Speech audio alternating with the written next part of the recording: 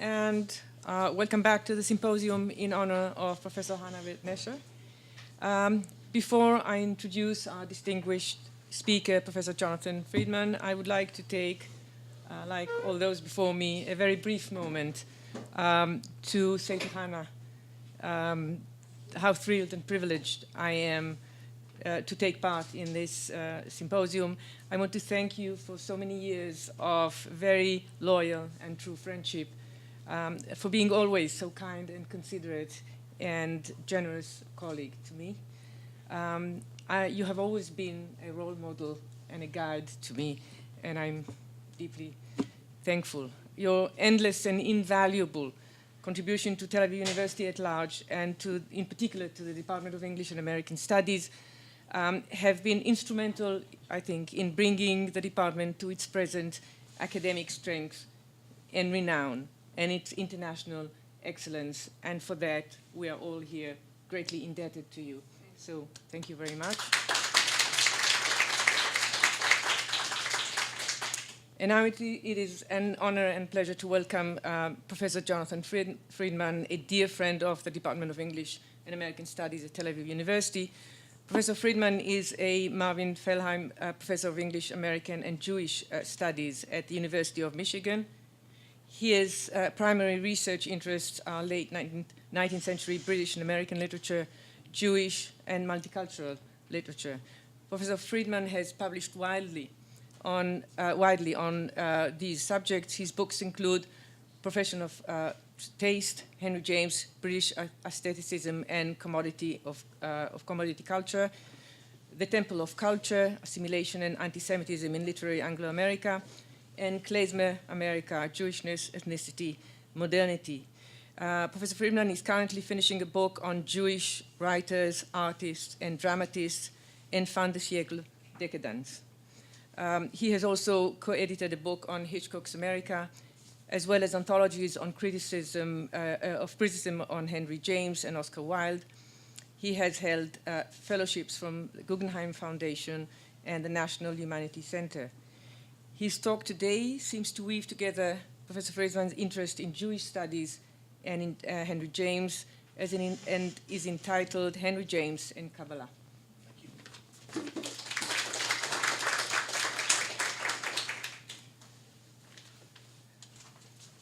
Thanks for that kind introduction. Everybody's beginning by talking about their experiences of Hannah, so I will do the same. Hannah had me come here in 2004 for a conference, and Dara, who's sitting right there, was the TA who was sent to pick me up at the hotel and get me up here. I was so jet-lagged, I have no idea how we made it, but we did make it. And it was a wonderful experience, and Hannah had me back a couple times for lectures. And then, along, I guess, with Milette, who did a lot of the grant writing, brought me here as a Fulbright distinguished something or other professor, when I had a wonderful, wonderful, wonderful time teaching here at Tel Aviv University. It was a real highlight.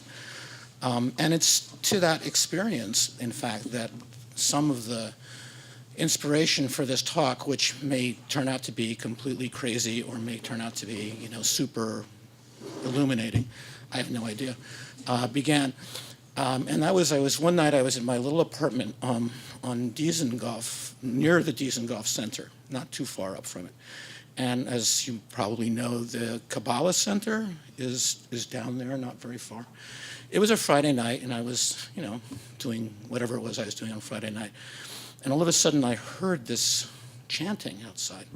And I looked out my window, and there were all these Kabbalah people walking in, all dressed in white from top to bottom, marching down the streets, marching down, the center of secular Tel Aviv, Dizengoff Avenue, chanting. And it was enchanting. It was a wonderful, uncanny, strange, odd moment, and it's one that I would never forget, will never forget, and it's one that I could never have had without Hannah. So thank you for that, as well as for everything else. Okay, here goes. Can you all hear my reedy baritone in the back? Is that good? Okay, this talk began in the classroom. I was teaching Henry James's 1903 novel, The Golden Bowl, to an excellent group of adult students at the Breadloaf School of English in Vermont. One of them, Beth Robbins, raised her hand as I started to raise the much vexed question of what the central symbol of that novel, The Golden Bowl, might mean, why it's so important that one of James's characters, Fanny Assingham, great name, should break it, and why it's so important that his heroine, Maggie Verver, should symbolically and performatively put it together. I teach Hebrew school on the weekends, she said, and I can't help but thinking of Jewish mysticism, of Kabbalah. You know, the Kabbalistic doctrine of Shevarit HaKelim, the breaking of the vessels. I apologize in advance for any atrocities I commit upon the Hebrew language.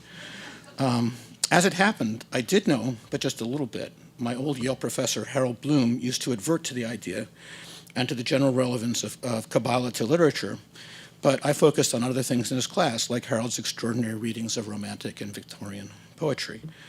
But Kabbalah and Henry James, I poo-pooed the idea. Jewish Jamesians, sure, I'd written on them, but a Jewish Henry James and a mystical Henry James, Jewish Henry James, leaning over holy books and davening while counting the numerological significance of each letter, surely such a thing was impossible to conceive, as it indeed it is. But Beth persisted. Maybe there's something in Swedenborg, the Swedish mystic who is so important to James's father or to his father. I said I'd look into it, but I warned her with little hope of success. Well, I'm here to report Beth is a better Jamesian than I am, or she's a better Kabbalist, or both. For it turns out that there are both direct and indirect ties between Swedenborg and Kabbalah, and thence to aspects of Henry James Sr.'s theology. And these, I think, work their way out in the Golden Bowl in such a way as to bring James close to central Kabbalistic notions. It's not that James is necessarily a Kabbalist. I still shy away from that vision, although I get very close to it at the end of this talk. But rather that a Kabbalistic reading of the Golden Bowl helps shed some light on the means by which the novel generates its meaning and some of the implications of that meaning. In other words, Beth, this one's for you. So let me begin with some of the historical connections I adverted to above. It's well known, as I said a second ago, that the major influence on Henry James Sr. was 18th century mystic Emanuel Swedenborg. Scholars have been working on placing Swedenborg in the panoply of other 18th century mystical movements, many of which were influenced by a dense set of connections between Christian and Jewish mysticisms, which scholars have treated under the heading of Christian Kabbalah.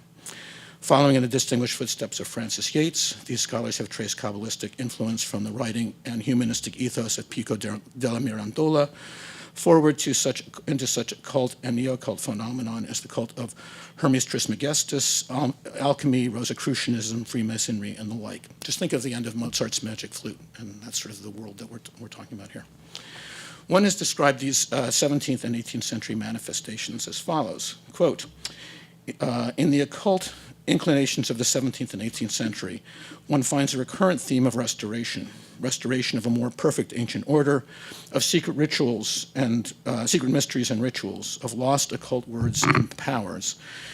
It was an opus reflected in allegories, glyphs, and symbols by a canon reopened and reinterpreted, and an ancient lost books again found, buried, hidden, golden treasuries all awaiting men and women who would delve into them. It was in sum a hermetic Kabbalistic mythos, deeply admixed with alchemy, reformed by Rosicrucianism, and conjoined with a mason's compass in square. At its esoteric core, there's shown a distinct Gnostic spark. The greatest scholar of Kabbalah, Gershom Scholem, is somewhat less generous. This is Scholem on the subject of Christian Kabbalah. Since there was nothing to be feared from the very few who were knowledgeable about the real Kabbalah, it became a banner under which the public could be offered just about anything, from the authentically Jewish or weekly W-A-K-L-Y, Judaic meditations of deeply Christian mystics or the carnival attractions of tarot card fortune telling. True, and this is not to be forgotten, but it's also the case that the conjunction between Kabbalah and Hermeticism resonates throughout many of the mystical endeavors of this period. The former contributes not only a distinct set of doctrines, many of them fuzzily understood, but a distinct way of reading, one which sought to move in and through the words of sacred texts to hidden meanings, the unfolding of which led to visions of the next world, a world of powers and potencies only dimly reflected in the signs and portents available in this one.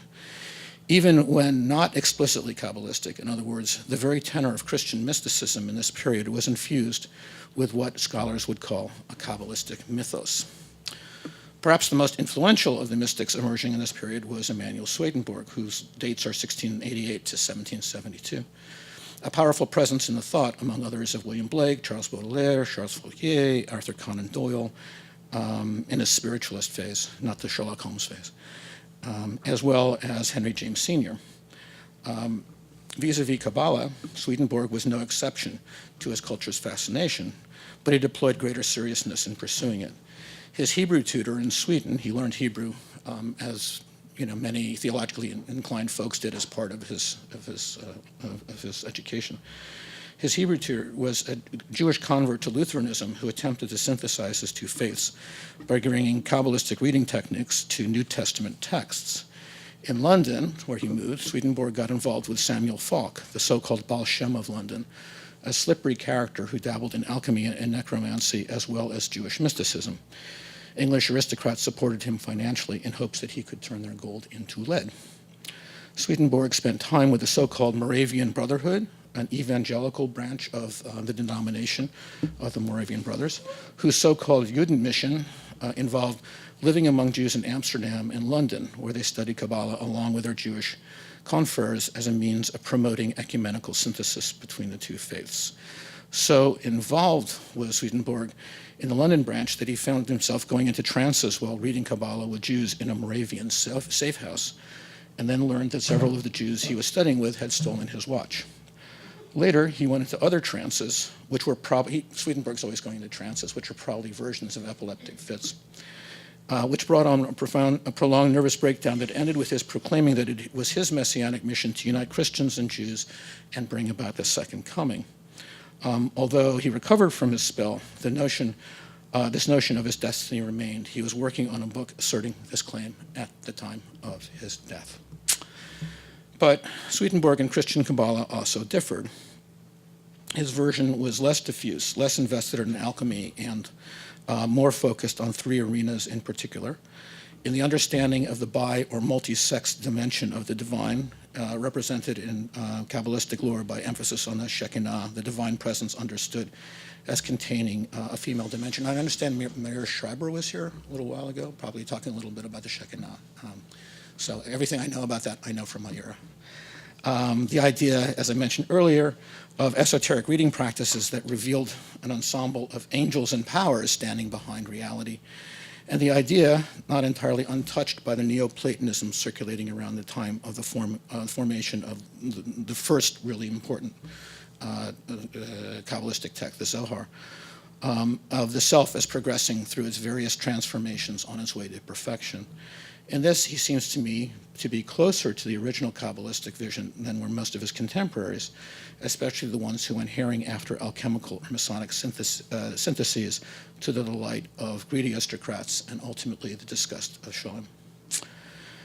Kabbalah, for many years, if not a couple centuries, passed into disrepute among non-Jewish writers, resonating with, at best, the musty scent of otherness, fanaticism, oddity, as represented, say, by George Eliot's Kabbalist mystic Mordecai in Daniel Deronda, which is, I think, 1868. Meanwhile, Swedenborg's reputation thrived, kept alive by romantic poets and philosophers like Blake, Emerson, and other transcendentalists, and also by middle-class spiritualists, theosophists, and enthusiasts. Moony-eyed intellectuals and middle-class mystics were brought together as in a Venn diagram by Henry James Sr., who was born in 1811 and died in 1872. For a few decades before Eliot's Mordecai was imagined in birth, Henry James Sr. famously experienced a hallucinatory episode where the bottom seemed to fall out of reality, the world appeared to be a meaningless void, and he saw a hideous spirit crouched under the table. I'm going to make a joke, probably not going to make a joke about the election in the US, but whatever. Searching for the next 2 years for an answer to his spiritual crisis, he discovered it in a conversation with a woman he met at a spa where he went to cure himself, Mrs. Chichester, who told him that he had experienced what Swedenborg would call a vastation, an emptying out of the self on the way to spiritual fulfillment. James then consulted, at her suggestion, the prominent Swedenborgian, I think that's the right pronunciation, by the name of James Galt Garth Wilkinson, after whom he was to name two, not one, but two of his sons, Garth and Wilkie, and proceeded to devote himself to the cultivation and development of Swedenborg's thought. He promulgated in public lectures and books like Society, the Redeemed Form of Man, and The Secret of Swedenborg, the esoteric nature of the last of which prompt William Dean Howells to quip that if there was indeed a secret of Swedenborg, Henry James Sr. kept it. All this is well known. It's standard piece of James family lore. Well known, too, is the synthetic nature of James's work, that just as Swedenborg created his own amalgam out of his Calvinist faith and various forms of mysticism swirling around him, so too Henry James Sr. synthesized his own early Calvinism with Swedenborg to create a fantastical vision all its own. But what has never, to the best of my knowledge, been observed is that this new synthesis brings him closer to the Kabbalists whose mystical visions partially inspired Swedenborg. For far more than Swedenborg's, James's thought about the nature of the divine resembles one of the most crucial developments in Kabbalistic thought, as developed relatively late in its unfolding by the sage Isaac Luria, who lived from 1534 to 1572. That is to say, the idea of the so-called Simsum, or that of the idea of the creation as wrought through the withdrawal of God from the cosmos. Quote, one of the most amazing and far-reaching conceptions ever put forward in the whole history of Kabbalism, writes Sholem, and might be added in Judaism as well, and in esoteric thought in general. As Sholem reminds us, the Lurianic turn is a profound response on the part of Jewish mystics and theologians to the multiple catastrophes of Jewish history, not only the repeated exiles of time long past, but of a more recent catastrophe, the expulsion from and partial extermination of Jews in the Iberian Peninsula, a place where they had seemed, if not fully integrated, at least as close as possible, as close to such as was possible in Christian Europe. For it projects onto the cosmological stage a vision of repeated catastrophe and proposes a response to it.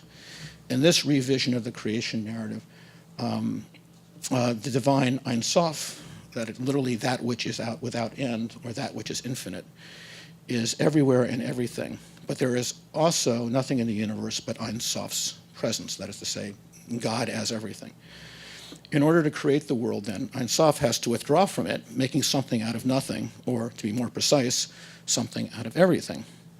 As Ein Sof withdraws, he, she, it, whatever, it is what I would probably say, generates the universe in the form of a big primal man, Adam Kadmon, a primal God-man made alternatively of lights and letters.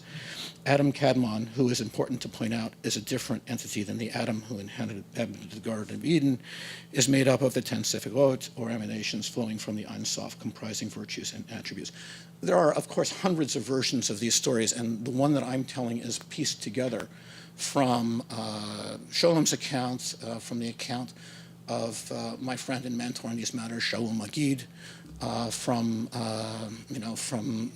various readings. There are variants and twists and turns, but this is, and you can't say there's a canonical account because nothing can be canonical, but this is the account that I would piece together. So, from Adam's eyes and mouths and nostrils flow beams of light, which are then captured in vessels which contain them and their essence. But this order, too, exists to be shattered. Intrinsic flaws rip Adam Kadmon into pieces. These flaws, essentially, in many accounts, the manifestations of the evils of the cosmos, for these two, if Ein Sof is everything, these two must be contained in the everythingness that is Ein Sof, are often identified with the overwhelming presence of din, or judgment, rationality, and more on that later. As lights and powers shoot promiscuously from the disintegrating Adam Kadmon, the vessels which exist to contain them are broken in turn, forming the shards of the world in which we live. And now the familiar part, It is our task as human beings to tikkun olam, to heal the world by piecing together these shards, and in so doing to recompose first the social body and then the original divine from which they emanated in the first place. In its most radical formulation, which Maggie talks about a little bit, it would seem that it is ultimately human beings who must create God rather than the other way around, although the Kabbalists would see the goal here as tikkun olaming by means of the punctilious performance of ritual. In contemporary Jewry, obviously, especially the kind I'm familiar with, Tikkun magazine and so on and so forth, the term has come to mean the performance of good deeds, the pursuit of social good, the healing of the world through political and social engagement. As much as with Swedenborg, this humanist version of the Kabbalistic vision, sorry, that's a terrible sentence, I'll start again. This humanistic version of the Kabbalistic vision speaks to the essence of Henry James Sr.'s belief system, which we're going to loop back to Henry James Sr. now. The key to his work, writes Alfred Habecker in his massive biography of Father James, is precisely a version of the Tzimtzum. For James, sorry, I'm just going to see what time it is. For James, the withdrawal of God from the world is understood as a creative act, perhaps even an act of love. Henry James Sr. argues that God endeavors to create humans who would be independent of his plenitude, and for James, the masculine pronoun is completely appropriate, because he was not a very advanced guy in those respects. Then withdraws because he wants us to fulfill ourselves autonomously in so doing. He wants us to create the divine. And here's Habecker. At the heart of James's system was the notion that God could be God only by undergoing a thorough process of disintegration or dissemination. People had God backwards. Instead of being self-sustaining, his, quote, insufficiency to himself, and Habecker is now quoting from Henry James Sr., is so abject that he is incapable of realizing himself except in others. These others are we humans, molds or forms as we are, and that's Henry James Sr.'s trope, that's also a trope from Kabbalah, that God creates and fills with potential, but from which we get alienated by our false individualism, our sense of selves as isolated monads, our over-concern with status or possession or region or religion or nation. Only by realizing in every sense of the word the common divinity within us do we shed the husk of our individuated selves. In so doing, we join with the divine in an entirely new amalgam that is neither human or divine, but is both. We become, and this is again Henry James Sr.'s trope, the new Adam, the divine natural man, who fulfills his humanity precisely by becoming one with God, and vice versa. For James, God gives us a path to redemption, but it is up to us to realize it, and so make God. So I'm not sure exactly where Henry James Sr.'s vision, one which I would call Tzimtzum Light, actually comes, L-I-T-E, not L-I-G-H-T, actually comes from. It's not there in many of the Christian Kabbalists, nor is it there in Swedenborg.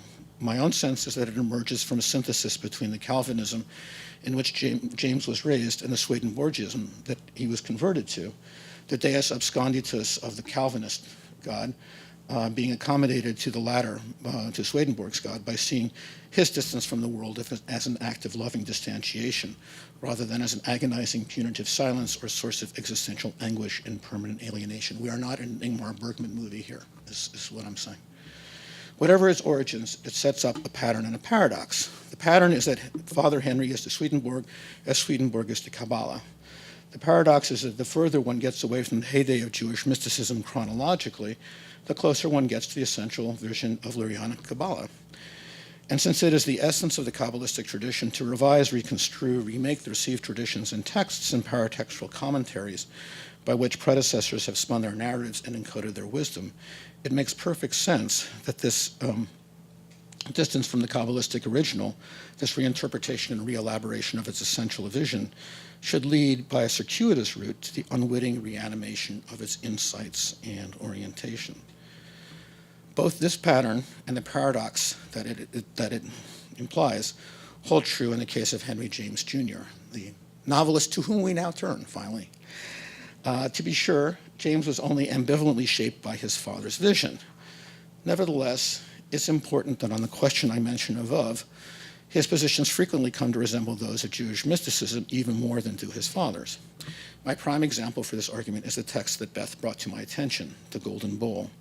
And let me dive right into the archetypal moment of contact suggested by my student, by Beth, the breaking of the vessel in the novel, The Golden Bowl. That bowl not only gives its name to the novel, it is central to its action. In the novel, innocent young Maggie Verver has married the gorgeous, hunky Prince Amerigo, innocent of the fact he really is supposed to be just unbelievably beautiful as a man. Innocent of the fact that Amerigo is the former lover of her best friend, the beautiful but impecunious Charlotte Stant, whom, kinkily enough, Maggie convinces her father to marry. Early in the novel, Charlotte and the prince go shopping for a wedding present for Maggie, an encounter at this is before Charlotte has been married off to Adam, the father. And an encounter at an antique store, a golden bowl, not insignificantly sold by a mysterious Jewish antique dealer, quote, made of a lost art at a lost time. The bowl is many things. It's a testament of betrayal. It's a record of an illicit relation. It's an emblem of a cracked, corrupted beauty, for it is itself, like the bizarre marriages it symbolizes and comes to symbolize, beautiful on the outside, but cracked under the surface. As such, it both proliferates meaning and is a receptacle for manifold meanings, a container for the very multiplicity of the multiple things it contains. When James's character, delightfully named Fanny Assingham, as I mentioned before, breaks the bowl, as she does to just, just break the craziness that she finds herself surrounded by, she speaks to this chain of meaning. Because she announces that she's trying to undo the possibility of the making of meaning itself. Well then, if it's because of this, and Fanny Assingham, who had been casting about her and whose inspirations decidedly had come, raised the cup in her two hands and raised it positively above her head, and from under it solemnly smiled at the princess as a signal of intention. So, for an instant, full of her thought and of her act, she held the precious vessel, and then, with due note taken of the margin of the polished floor, bare, fine, and hard in the embrasure of her window, she dashed it boldly on the ground, where she had the thrill of seeing it, with the violence of a crash, lay shattered. She had flushed with the force of her effort, as Maggie had flushed with wonder at the sight, and this high reflection in their faces was all that passed between them for a moment more, after which, whatever you mean by it, and I don't want ever to know now, whatever you mean by it has ceased to exist, Mrs. Assingham says. So the meaning that the bull has created is smashed, or that is what she's trying to do. Now, in the making of this new world for the unmaking of meaning, Fanny would seem to be acting as a kind of a Lurianic god, withdrawing from the world in which she lives, but leaving a new unformed world in its wake. Bizarre as this reading may seem, it has a certain kind of appeal. Fanny is, after all, the stand-in for the reader, not just an interpreter of the bizarre actions we have been seeing unfolding around us, but a maker in large measure of those actions, for it is she who originally introduced the prince and Charlotte and conceals from Maggie her role in the history of their relation. So her shattering of the vessels, that the shattering of the vessel should be delegated to her is appropriate too, that she should be the one to shift into the create anew by destroying mode. But there are two problems with this. First, in performing the shattering of the bowl, she's merely following out a logic inherent in the bowl itself. There is something intrinsic to its formation that predetermines and even necessitates her action. The bowl, as we know from the moment Amerigo has laid eyes on it, is always already broken, cracked, flawed. There's a flaw there, he says. There's a crack in the bowl. Charlotte and the prince have already prefigured Fanny's actions by speculating that it would break if dashed on marble floors, which is exactly what Fanny does. The breaking of the bowl thus seems beshert, fated, meant to be, but, and here the Kabbalistic context is actually quite helpful, it is meant to be not because it contains too few, but rather too many meanings. One of the explanations that Lurianic Kabbalists give for the breaking of the vessels is that the radiance of God's light that comes flowing into them contains so many possibilities. Since the divine contains everything, it must contain negation as well as affirmation, good as well as evil, right as well as wrong, and judgment as well as mercy. And that is the contradictoriness of all these heterogeneous potentialities that causes the mold to crack, the container to shatter. the vessels to break. The invocation of Jewish traditions helps us interpretively here in a further way. The question of the crack or the flaw in the golden bowl has received many Christianizing and or neo-puritanical interpretations, which I have very little patience with. It makes a bow to original sin, for example. It is a metonym for the female genitalia, and hence a sign for corrupt female sexuality, represented by Charlotte, who, after all, tells Amerigo, as she seduces him, as she does about 2/3 of the way through the novel, that she, and by extension he, risked the cracks, and so on and so forth. Reading the flaw in the bowl in the way I've been suggesting implies to the contrary, that is the multiple semiotic charges that all the characters, including Maggie and Fanny, as well as Charlotte and Amerigo, bring to the bowl that causes its destruction. Fanny only literalizes this process as she destroys the always already self-consuming artifact. Fanny, as I've been suggesting, wants to play God, but does so in a particularly clumsy way, trying to effect through will what has already been built into the nature of things. But there are, by contrast, two other figures in this drama of divination who might be thought of profitably through the Lurianic paradigm of creation by withdrawal, and that's the father, Adam Verver, and his daughter, Maggie. They perform this role variously, not showing both its destructive and creative side, and indeed showing how completely intertwined with the two these are. Entwined with each other these are. As far as the first of these two characters is concerned, Adam Verver's role in the novel follows the Tzimtzum pattern most precisely, although, or perhaps because, this vastly wealthy potentate of the new financial order, you really do have to think of Bill Gates when you're reading of Adam Verver. He is the wealthiest man on the face of the earth, and he has given up his fortune. Bill Gates gives up his fortune to do good. Adam Verver gives up his fortune to collect art, but it's the same, it's the same thing. Although, or perhaps because, this potentate seems, quote, a musing, considering little man, Adam is the unmoved mover behind the catastrophic actions in the novel. And those actions are taken not as forms of assertion, but as acts of abstention. He makes the actions of the novel happen by withdrawing from his world. These withdrawals are multiple and sequential. They begin before the book has started in his withdrawal of the world of business into a life of aesthetic contemplation. His withdrawal, the withdrawal that follows from social intercourse into his own aesthetic reveries, also causes him to be surrounded by a plethora of fortune-hunting females, which in turn causes his daughter Maggie to conceive of the brilliant idea of supplying Charlotte for him as a wife. He subsequently withdraws from that marriage into baby worship with Maggie, a withdrawal that is as much of a sexual rejection of Charlotte as it is a multiply incestuous redirection of his feelings into the newly romanced family. This is the kinkiest novel ever written, it could be argued. It truly is. Which causes Charlotte to yearn for the physical as well as emotional intimacy she finds with the prince. His subsequent withdrawal at the end of the book from England to American City, a withdrawal which is also a withdrawal from his intimacy with his daughter, leaves Maggie free to recompose her relation with Amerigo.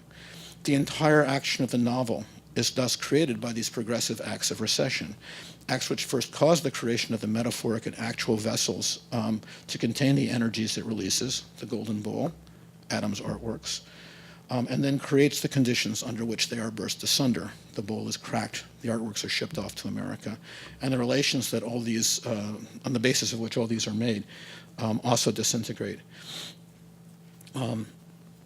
So this breaking of the vessels, the breaking of the vessels in general, it should be noted, is a dialectical process.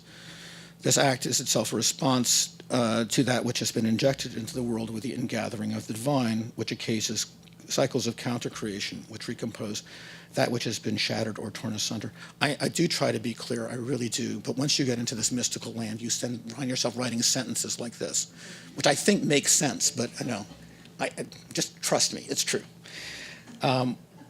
But this process is dialectical in a further way. Tzimtzum and the world it leaves in its wake generate two compelling visions that are at war with each other, very much like the Freudian eros and thanatos. That is in so many ways their descendant. One thing that people say, and I think they're right, is the civilizationist discontents eros thanatos thing really does come out of Freud's reading in Jewish mysticism, and actually I think that that's true. One of these visions is Tohu, the world of swirling chaos created after the divine withdrawal, one in which the male and female principles that are the element of the divine separate and are projected out into the world in a messy and commingled state.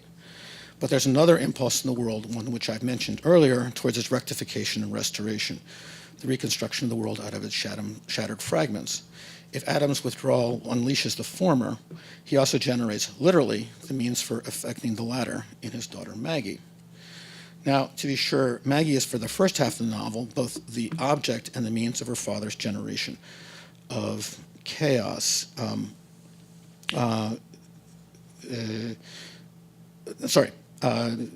Even if it's her naive efforts to cure the seeming craziness he leaves in his wake, that leads her to the generation of further chaos via her creation of the utterly mad marriage of her aging, impotent father to her young, yearning best friend. Even here, we can see the pathos of her well-meaning attempts to heal the wounds of the world, as founded in the justifiable desire to provide a wife for her father, whom she dearly loves, and to provide a husband for her impecunious, and it would seem only friend, whom she also dearly loves. It's part of the chaos-making machine of this novel's implotment that these efforts cause precisely the catastrophe they are intended to avert. And more, this machine suggests that the confusions it occasions are wrought through the profound split between male and female, registered in the disruption of intimate life. Maggie's good motives are supplemented by her neo-incestuous clinging to her father, Charlotte's understandable frustration at being trapped in a sexless marriage, and encountering on a daily basis the man that she loves and desires at close hand, cause her to dominate the passive Amerigo and betray her husband, and for that matter, her friend and stepdaughter. This is, as I said, it's the kinkiest novel ever written. In the second half of the novel, the one given her name, the first half is called The Prince, the second half is called The Princess, Maggie explicitly engages in the process of tikkun olam, the healing of the world, the piecing together of its multifarious fragments. This act, of course, is most fully instantiated by her response to Fanny's breaking of the golden bowl, to which we now return. She takes the three pieces it has fallen into and puts them back together again on the mantelpiece, fitting them together. And through this portion of the novel, she attempts to find the shards of relations that have been sundered, and to put them back together. But as she does so, as she tikkun olams her way through the rest of the novel, as it were, she imitates her father by withdrawing into her own self, by withdrawing into her own active brain, cogitating, speculating, noticing, noting, extrapolating, but never letting on to anyone else except to Fanny the nature of her suspicions and the nature of her actions. These are her father's tactics, to be sure, but undertaken with an opposite end than his.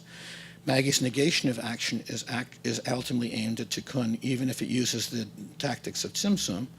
She is not seeking to create a world by withdrawing from it, but piecing one together by the act of making it piece itself together in consequence of her withdrawal. She does so in a way that is different from one anticipated in Jewish mysticism, closer to that of Henry James Sr., since in that mystical vision, there are a number of catastrophes, one after the other, sparked by the withdrawal from the universe. But Jewish mysticism, and not Henry James Sr., can give us insight into her tactics. As I suggested earlier, Luria's system suggests that the breaking of the vessels is caused by an imbalance of din, judgment, rationality, calculation, even punishment, and is opposite chesed. There's the body of Adam Kadmon is diagrammed with din on one side and chesed on the other, sort of playing off against each other. And chesed denoting compassion, empathy, ultimately love. These are both necessarily part of the ensemble of sefirot that emanate from the divine and make their way into the unstable constitution of Adam Kadmon, and hence the vessels that capture Adam's own emanations. But most importantly, getting the balance right, or not between them, is the key to the psychomachia of Luria's Kabbalistic vision, and perhaps one key to its continuing importance. It translates pretty directly into Freud, as I was suggesting earlier. That is to say that in addition to being read, as Sholem movingly does, as a meta-reflection on exile, or as many other critics has done, as an attempt to explain the in presence of evil and misfortune in the world in which we live. The Kabbalistic dramas of Tzimtzum and the breaking of the vessels can be read as a psychological allegory in which the presence of the voracious, perfectionistic, irrational, unrealistic, death-driven Deen, reason, superego, overwhelms the compassionate, merciful, life-affirming vision of Chesed, which involves also the concept of Rachmanis or Eros or whatever that accompanies it. What Maggie has to do in the process of recreating the world, James's novel tells us, is to restore the balance between them. The question it poses us is, can she do so? For Maggie's tactics are full of Deen, even if it's a Deen that has as its end the making of Chesed.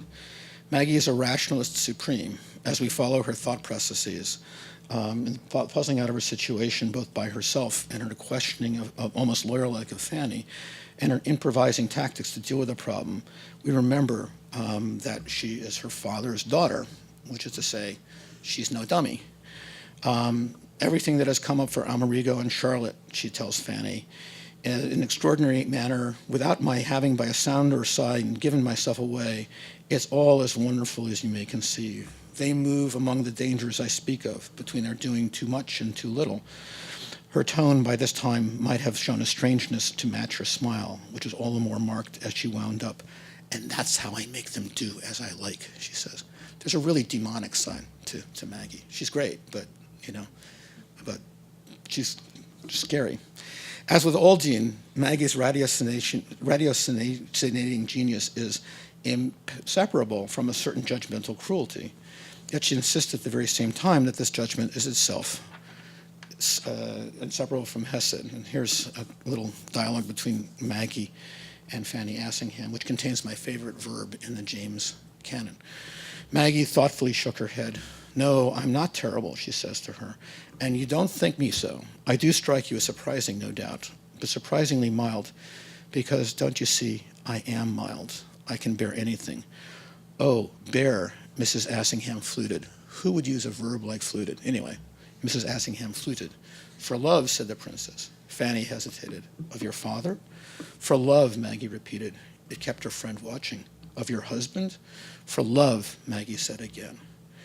For Maggie, Deen and Chesed, judgment and we'll call, for the want of a better word, what she's calling love here, are inseparable from each other, and she's committed to each. But it seems as times that Deen takes over and asserts itself to the detriment of Chesed, that there's no possibility, at least as Charlotte is concerned, of compassion and mercy.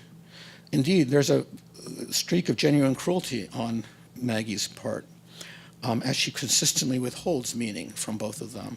She insists as she hurls her she insists on saying, when the prince comes upon the tableau of her and Fanny in the bowl and inquires about its meaning, ask what's going on. She says, find out for yourself.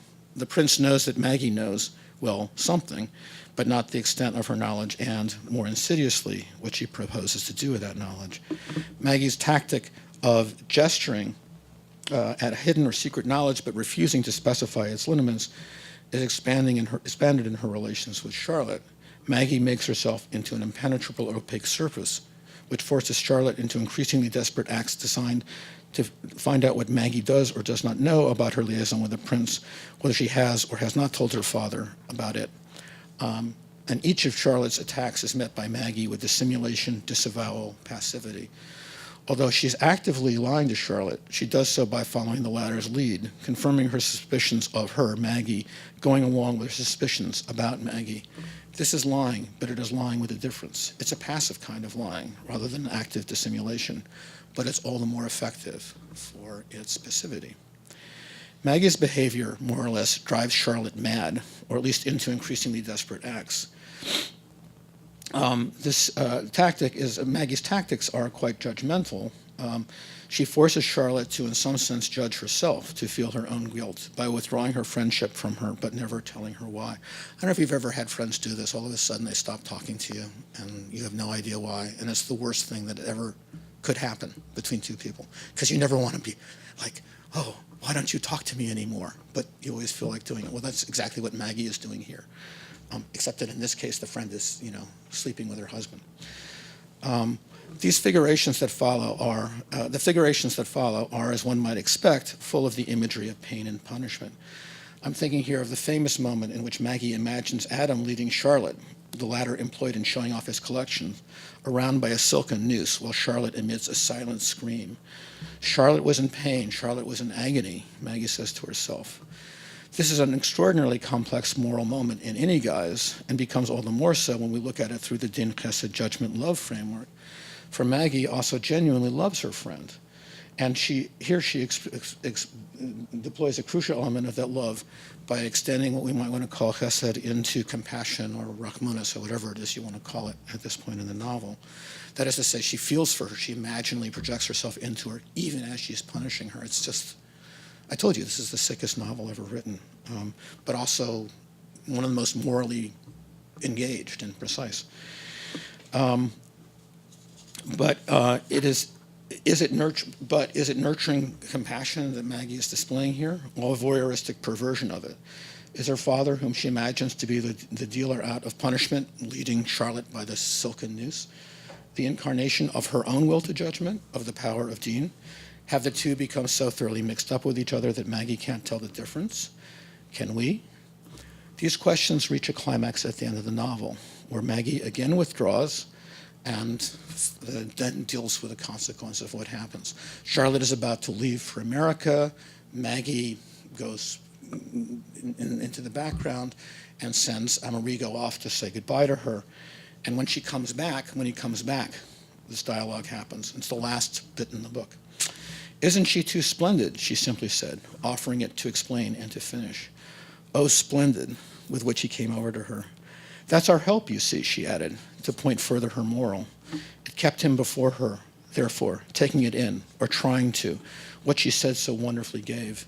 He tried too clearly to please her, to meet her in her own way, but would result only that, close to her, her face kept before him, his hands holding her shoulders, his whole act enclosing her, he presently echoed, "See, I see nothing but you."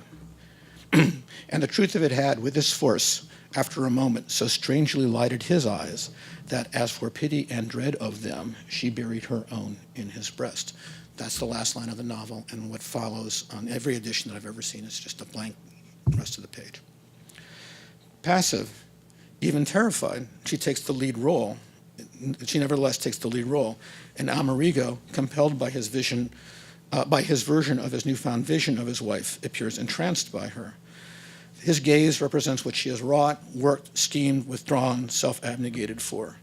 Yet she cannot bear to look at it, and she buries her eyes in his breast. Not exactly the most positive verb that Henry James could have used. It's one of the great cruxes in James criticism, and indeed one of the great issues in the criticism of the novel, I think, as to why this should be the case. My own view, which I've expressed in previous writing, has been that it's a version of Aristotelian catharsis, which it surely echoes, and hence that Maggie witnesses what she's wrought as a kind of a tragedy and has pity and dread, Aristotelian responses, as she sees it. Maggie sees here, as we do in all tragedy, an act of sacrifice, not only of Charlotte, but of the prince as an autonomous agent. She has won him, but what has she won? All this is true. I still believe it. But when reviewed through the lens I've been trying to employ here, these words take on a different intonation. Pity and dread is not just catharsis. It's, after all, a different version of chesed and din, of compassion, and the kind of rational, unmerciful judgment that have been playing off with each other throughout the novel. Maggie has successfully put back together the shards of her fragile, always already broken golden bowl of relations by sending her father and Charlotte off to America. She is now ready to enter into a marriage to the fullest extent of its possibilities. The mold, or the form, as Father James would put it, is now ready to be filled, made meaningful or real. As a Kabbalist would put it, the shards of the vessel have given up their light to the greater good of the gatherer. The shards have been gathered together and put together. But with what admixture of mercy and judgment, eros and superego, chesed and din, can this marriage continue? Judgment demands subservience, love demands freedom. Which will win out? For James. I'm not making an ontological claim here, I'm just saying that this is the way it is for Henry James. One is indeed left with a gigantic question mark here, the largest of James's career, larger indeed than the fabled open ending of Portrait of a Lady, or the resonantly ambiguous one of the ambassadors. All the novel leaves us, after all, with, at the end, is a blank page onto which the reader can write his or her own conclusion for these and other questions. And the reader can ask, is marriage an end in itself? Is love? Or are either or both an empty form, another broken vessel? Is Maggie justified in positing cruelty as a means of affirming love? Must judgment overtake mercy? Do we live in the world limbed in civilization's discontents, except without the possibility of sublimation, the building of cities, the making of culture? Or is tikkun olam, the remaking of the vessel shattered by a blast of din, still possible? Questions like these challenge as they fully call upon our deep humanness. Indeed, there is a universe of questions that this Ein Sophish artist God generates as he withdraws, leaving his fictional universe, his heterocosm, and bestowing upon us an empty page that follows its unusually self-enclosing closure, which simultaneously walls the text off as an Aristotelian contrivance and opens up questions as profound as these works generate. All we can say as we encounter this blankness, surely as great as that which confronts us at the end of any work of art, is that over the course of his esoteric, interpretively naughty, self-questioning, self-revising novel, Henry James invites us to gather the shards that surround us and make meaning out of them. He asks us through the very act of reading, interpreting, questioning, turning from and returning to the text to perform our own acts of tikkun olam, and in so doing, as his father claims we must do, to bring to full being our truest and deepest selves. So, dear Beth, Henry James, Kabbalist, question mark? Well, kinda, yes. Thank you. Do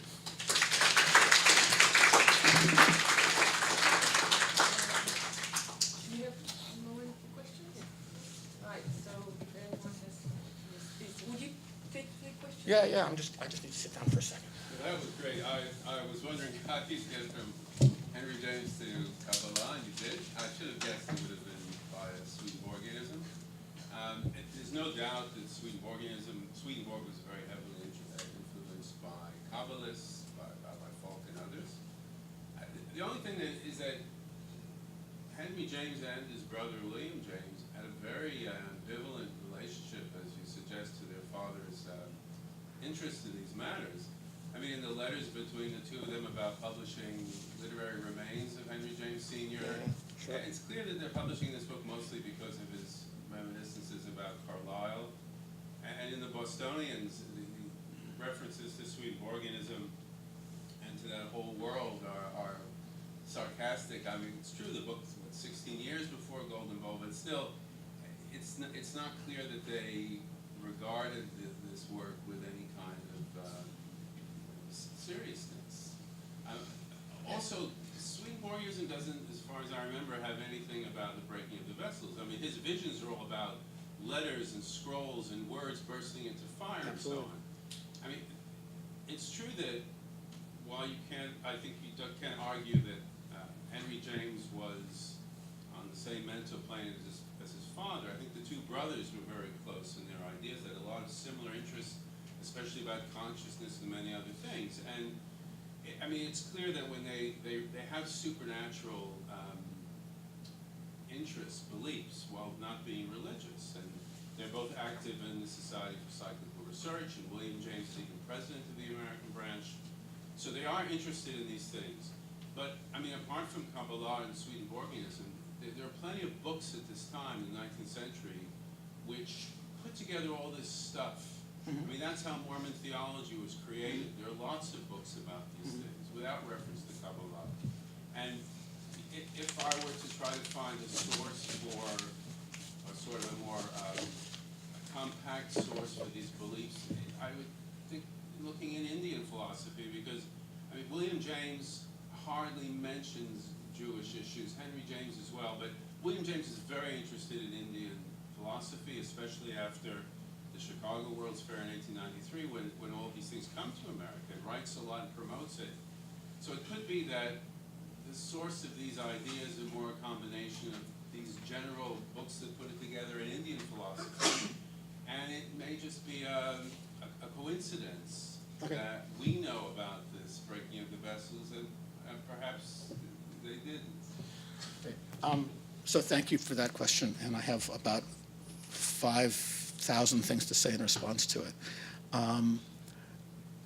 Let's see. The first thing is, I do want to say that vis-a-vis Henry and William James, William did the worst thing ever in the history of brother relations to Henry, because William did believe in life after death and James kind of didn't.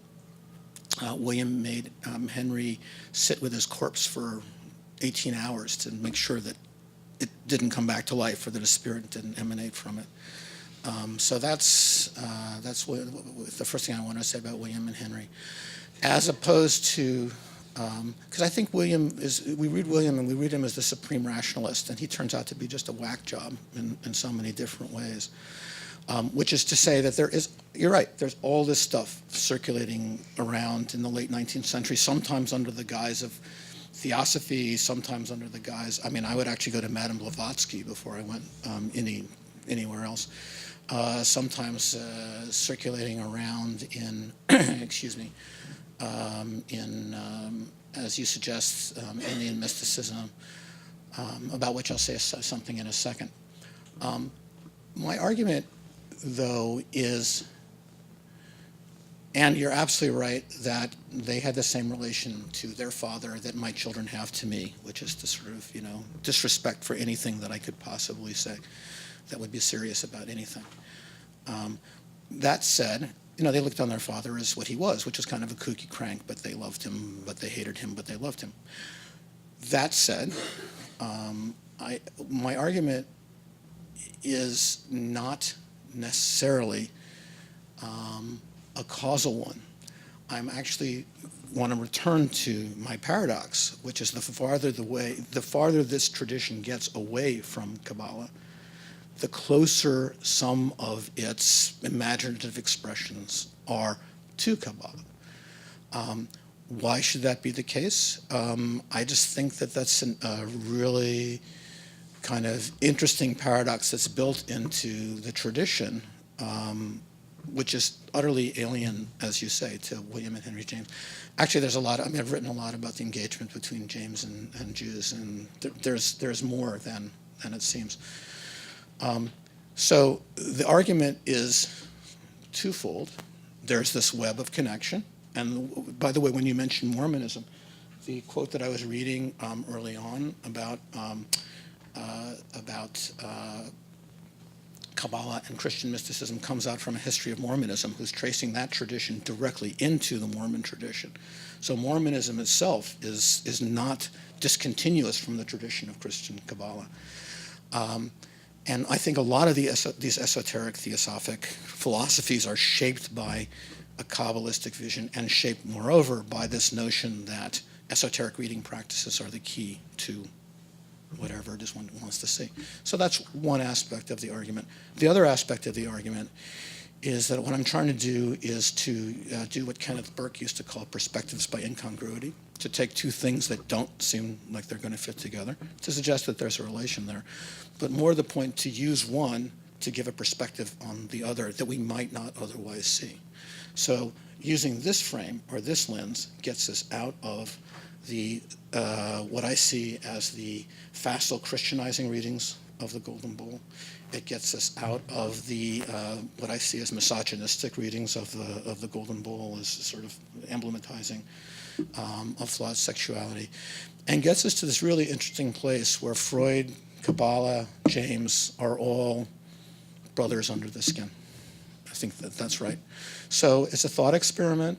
The causal links are not where the argument lies. It's more like I'm trying to create a web, and in creating that web of meaning, then use it to parse out a vision of the novel that's different from other visions of the novel, and one which is grounded in a vision which is isomorphic to but not identical with Kabbalah. Does that help answer your question? Okay. I'm not going to convince you, but that's sort of where I would be. Yeah, and then Quentin Anderson is the one. There's another question back there. I'd love to talk some more afterwards. Yeah, please. Thank you for your talk. I apologize for the question. But I'm interested, the context of the rise, we began with the historical context of the rise of